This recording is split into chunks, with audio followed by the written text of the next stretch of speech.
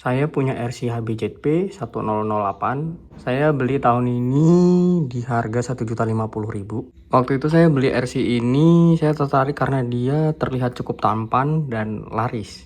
Kalau Om Ajril bilang dia mirip seperti ikan gabus. Jadi nama RC saya ini Red Gabus. Dia bukan hanya ganteng, tapi kayak terlihat juga tengil gitu loh. Jadi menggoda banget untuk dibeli. Kalau dilihat RC ini kayak lagi bilang hehe gitu. Kayak lagi ada tengil-tengilnya tapi juga ganteng. Udah ya muji-mujinya. Jadi RC ini cuma modal ganteng aja karena dalamannya menurut aku nggak bagus. Kalian bisa ambil bodinya sama bannya nih. Kalau body sama bannya bagus kok, sama perlampuannya ini keren. Nah ini bannya, jadi bannya memang bagus kok. Dapat nilai A+ sih kalau aku. Bagus, ini bannya bagus sama bodinya memang bisa diambil. Nah ini tadi udah aku bongkar sebenarnya. Jadi kita lihat dalamannya, kita nilai satu-satu. Pertama, motornya itu saya kasih nilai B+. Lumayan. Dia model gas-gasannya emang rak gitu. Kayak kasar sih emang. Jadi untuk RC ini aku tuh agak bingung mau ke arah mana, mau ke arah off-road apa rally gitu. Yang kedua, untuk ESC HBZP ini lumayan bagus. Saya kasih nilai B+, tapi dia kalau digas full selama sekitar 10 menit, dia nanti overheat terus mati. Ya kita nggak berharap banyak di harga 1 juta ya, tapi ini udah lumayan kok. Saya kasih nilai B+. Yang ketiga, dia punya gearbox yang cukup simple. Ini gearboxnya masih plastik, gearnya juga masih plastik. Sekarang kita buka. Ya gitu doang. Cuma ada satu gear dan piringannya ini juga masih plastik. Aku kecewa banget sih sama yang ini. Jadi konsepnya itu ini gearbox, terus kita masukin motornya di sini, terus couple-nya dimasukin ke sini. Nah gini. Cara kerjanya gitu doang. Jadi ini bentuk couple-nya juga aneh. Jadi cara kerjanya couple yang kita masukin sini, habis itu kita pasang ke gearbox-nya. Udah, simple. Untuk gardanya saya kasih nilai A.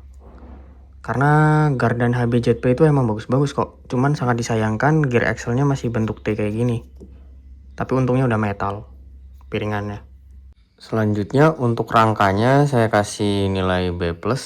Karena dia masih plastik dan plastiknya itu nggak keras. Steeringnya pun sama, dia masih plastik. Dan aku juga masih nggak nyangka sasisnya pun masih plastik. Jadi untuk RC segede ini rangkanya masih plastik itu agak aneh sih. Jadi kalau kita mau upgrade itu agak sulit ya. Untuk shocknya saya kasih nilai B+.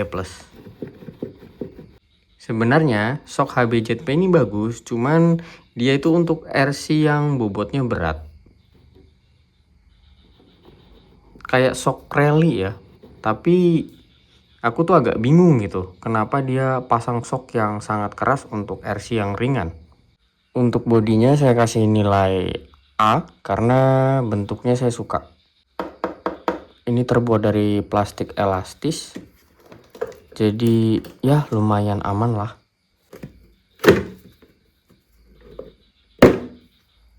Selanjutnya servonya udah bagus, untuk harga segini udah bagus kok, saya kasih nilai A.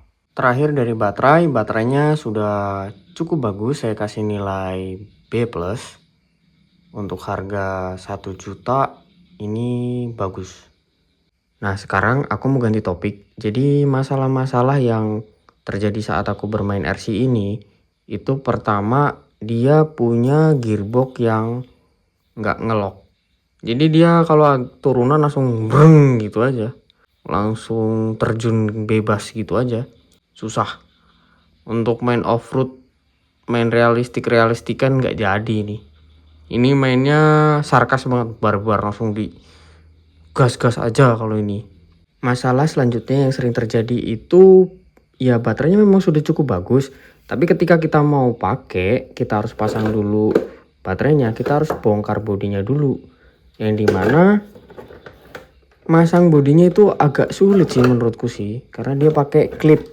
Nah ini kan ada lubang, kita harus masukin dulu ke lubangnya itu baru kita klip di sini ada lubangnya, ada 2, di sini 2, depan belakang 2 jadi 4. Jadi menurut aku tuh ribetnya bukan main.